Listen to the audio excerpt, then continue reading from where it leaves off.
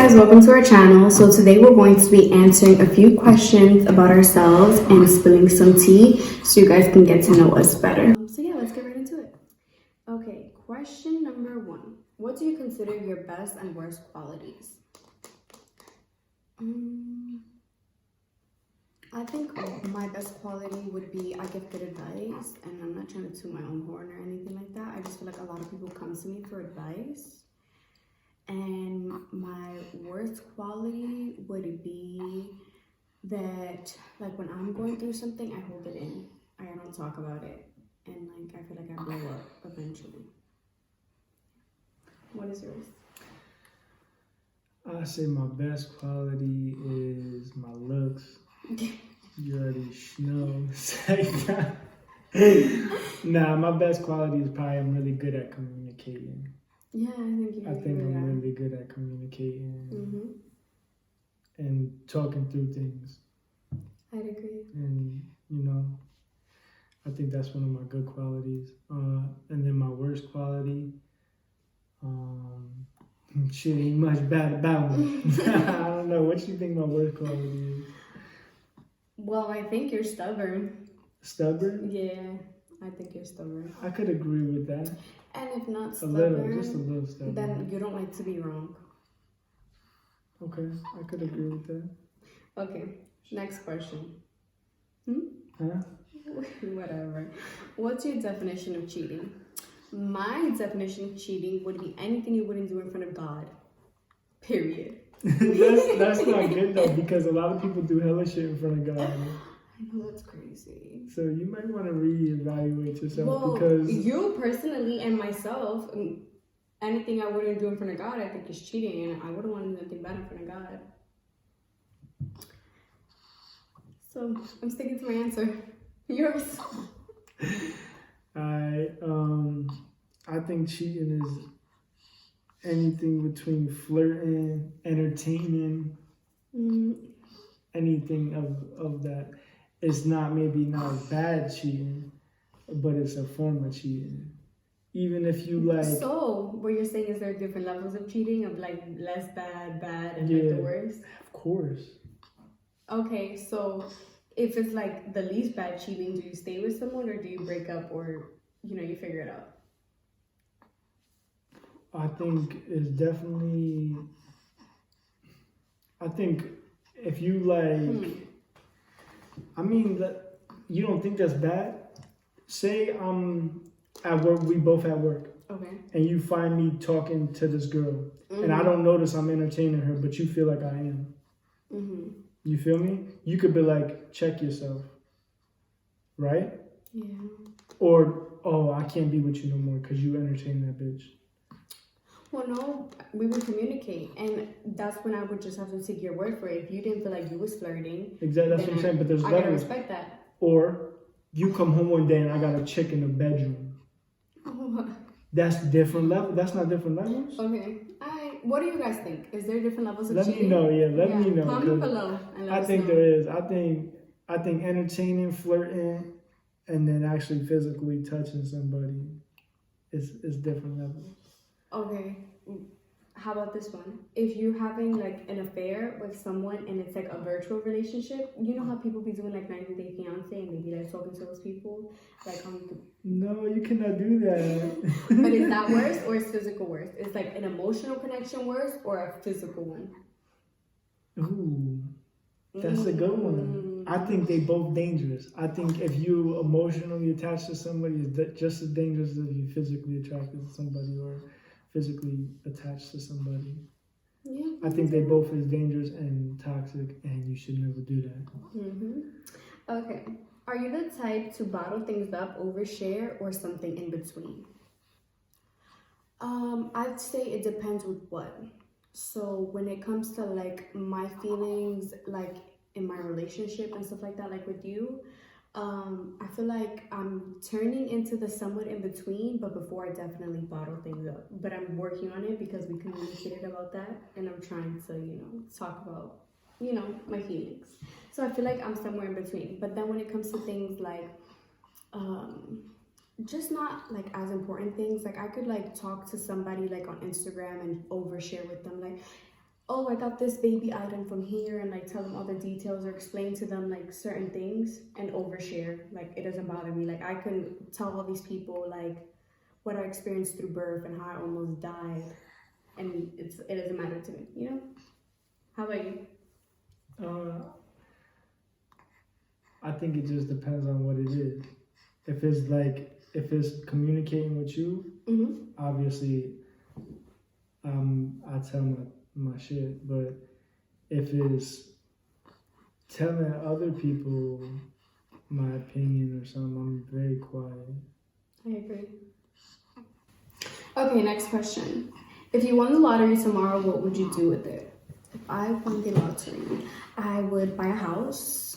I would throw our dream wedding. Basically everything we're already planning on doing. I would invest the money, to flip it and double it. I would want to help my family out. And yeah, how about you?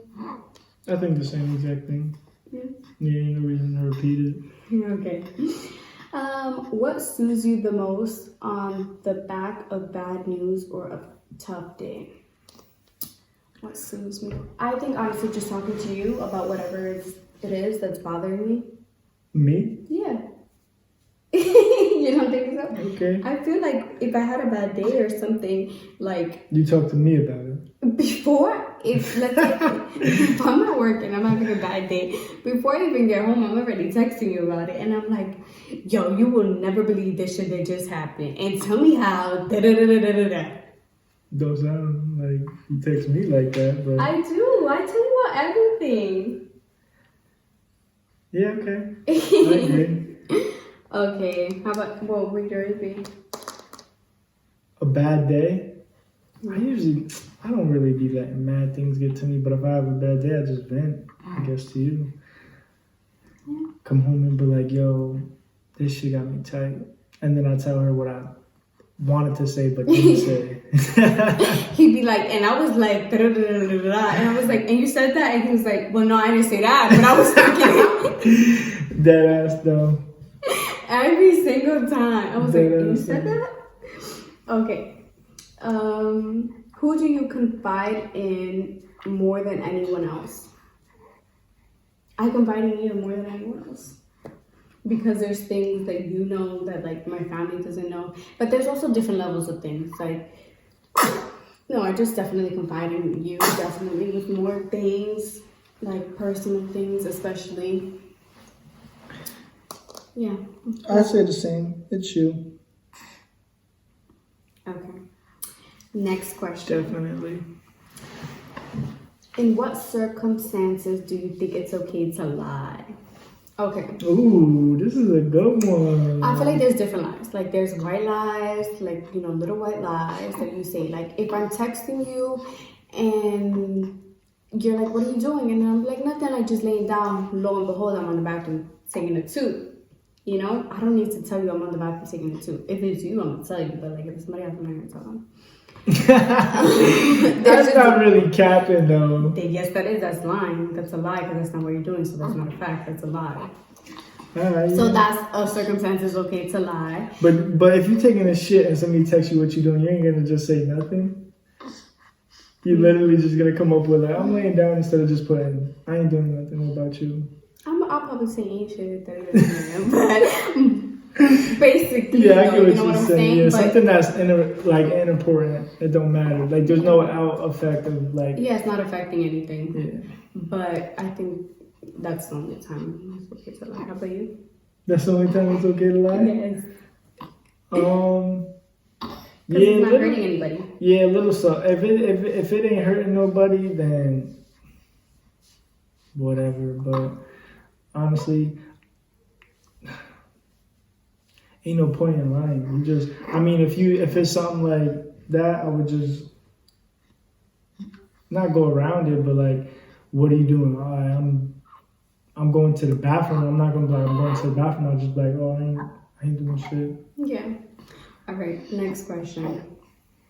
What are you most passionate about in life? I think I'm most passionate about? Like my family, like being a mom, all that stuff.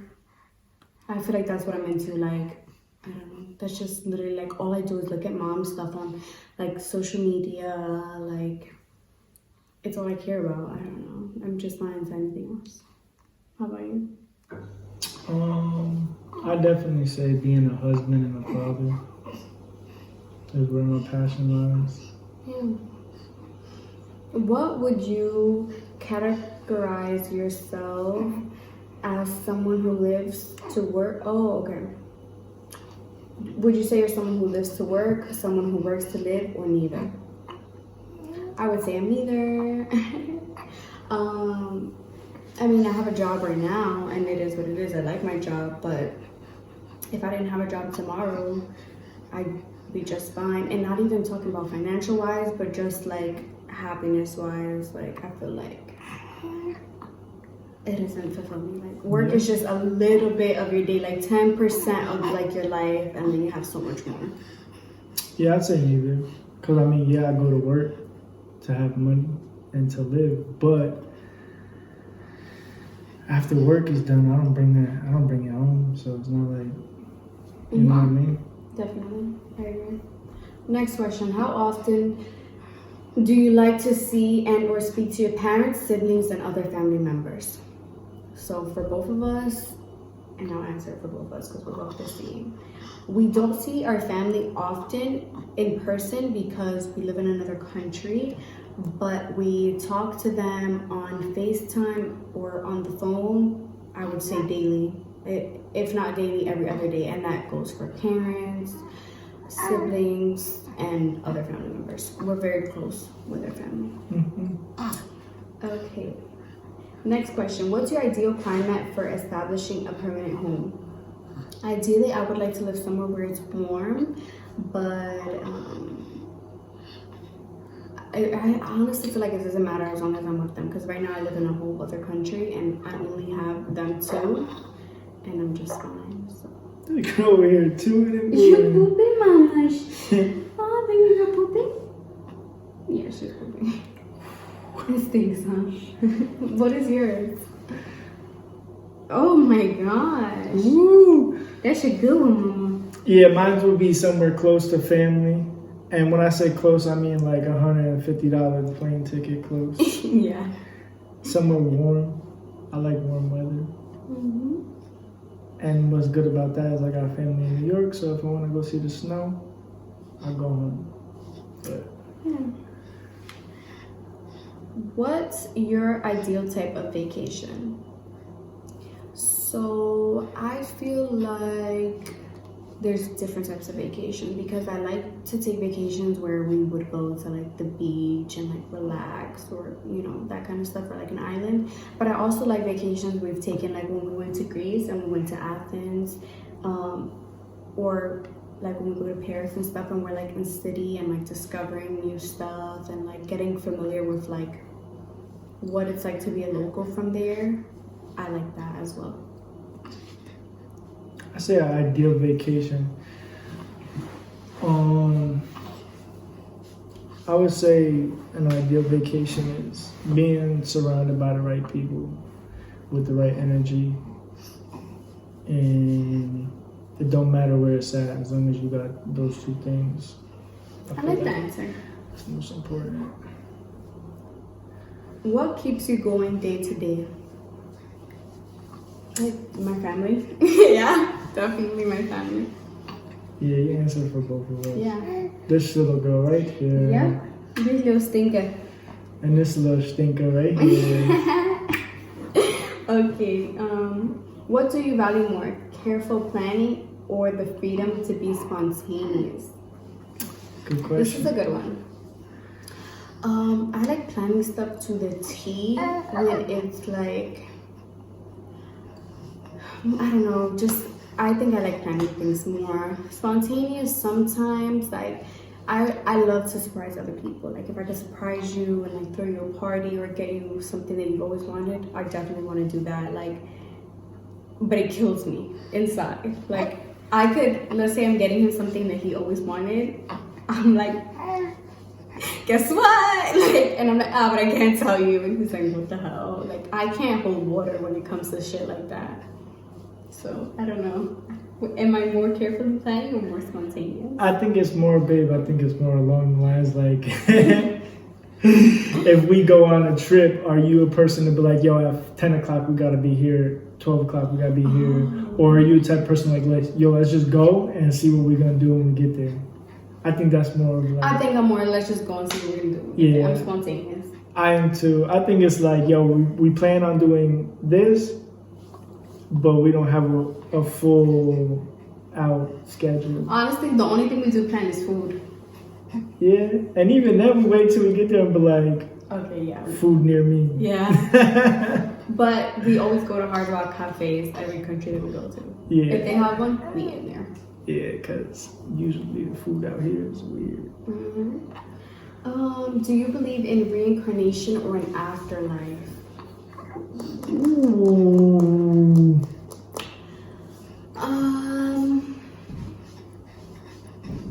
I wouldn't say that I don't believe in it. I don't know. It's just one of those things that I guess, yeah, it's possible. Well, afterlife or reincarnation? Both of them. Whatever you believe in, I respect it. That's how I feel. Fact. I just go with that. Yeah. I'll piggyback on that answer because I mean it could be kind of. Oh, this is a good one. How do you feel about adoption? I think this is a good question because right now I'm binge watching The Fosters, and I was just asking the other day. I was like, would you ever want to adopt a kid? And I feel like I would adopt a kid if I couldn't have kids. And like I remember there was a time. No, I'm about to get into a long story. Never mind. Anyways, if I couldn't have my own kids, I would definitely adopt. And I would go through hell and high water to try to have my own kid. But I would. How about you? I would try everything but to adopt. That would be like the last option. I think there's so many other ways to do things. That's just my opinion though, but... Yeah, but then there could be also, like, God forbid we had, like, something like a family tragedy or something, and you had the That's option. not the same. That's not the same as adopting you can't... Adopting a family member? No, that's your family member. It's like you taking them in. Okay, whatever. I get what you're saying though, but that don't count. How do you envision splitting holidays between your families and your significant other? So we kind of did this for Christmas, and yeah, but that's the thing now. were we there for Thanksgiving? We weren't there for Christmas, but oh yeah, that's right. We were there for Thanksgiving. Okay, well let me say my opinion because I was gonna let you talk. So I would say we would split it in the future, Thanksgiving and like Christmas, for example. If we're not having it at our house and having our family members come to us, we could spend Thanksgiving with his family, and then we could spend Christmas with my family, or vice versa. But I would like to have the traditions be in our home. I want to be that person. Like, I'm super extra. I want everybody to always come to my house, if that makes sense. Yeah. What I was gonna say before you rudely cut me off was, when we was in New York and we did that, your parents wasn't part of the holiday at all. Yeah. And you're not taking that into consideration because now we have her. So the way we split Thanksgiving, would you choose to go to Thea's house, or would you choose to go to Florida with your parents? Well, see, that's the thing. It would depend on what we're doing because we could plan it out ahead of time. We didn't have a lot of time to plan it out. My thing is though, is if we go, like say we go Christmas, like this year we go Christmas my house, Thanksgiving your house. Are we going to Florida or are we going to New York? I don't know, because before we always did, like everybody, well, like my parents would go to New York or everybody would go to Florida. So it just depends. Yeah. But like I'm saying, in the future, putting it out there, so if my family members are watching, once we're back in America, whatever holiday it is that we decide to host, I want you guys to come to us. So, I agree. Yeah. I'll be chefing it up. So that's why I don't want to have a huge house, but I don't want to have. I think we could be the hostess with the mostest too. Too little of a small house. Yeah. Okay. Next question. At what age do you want to retire ideally, and where do you imagine yourself at that stage in life? I'm ready to throw in this hot tomorrow, baby. Like, for real. Like, that's not realistic. This though. work stuff Come is on. ghetto. Nah, I'm just playing. I feel like this is hard because I feel like I'm not doing yet what I like really want to do. Like, I feel like when you have a career and you love it, you don't mind going to work. So you'd be like that person that is like, I don't ever want to retire. Like, I want to keep doing my job as long as I can. But yeah, so I don't know when I would want to retire, and I'm trying to figure out the happy medium between having a career and being a good mom. I'm trying to find that balance. How about you? I'd say at least 45, man. They give me like a good 10 years to be mobile, and at least 45, if not a little younger. Okay. And if I'm making money, I want to make money the easier way. Okay. You know what I mean? It's not retiring necessarily meaning like stopping all income. It just means I'm not working a 9 to 5. I'm getting income from things that I invested in throughout my life. Yeah. Okay, next question. How do you show someone that you love them? This is a hard one. I feel like there's different ways. Sometimes someone just hearing that you love them is, I think, good enough. You don't have to do things for them, like materialistically wise or whatever the case is. And then I think learning their love language is important, relationship-wise. So I feel like you know my love language and I know yours, and we just make sure that we tend to it. So, for example, we love words of affirmation, and we leave each other notes throughout the house.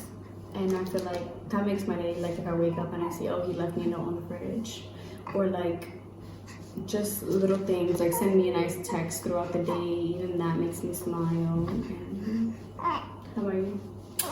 I think it depends on who you're talking to. Like with my brother, a simple "I love you" text is cool, cause that's my brother. But I think for like relationship wise, just saying you love somebody is not really a form of showing them that you love them, because people could just talk.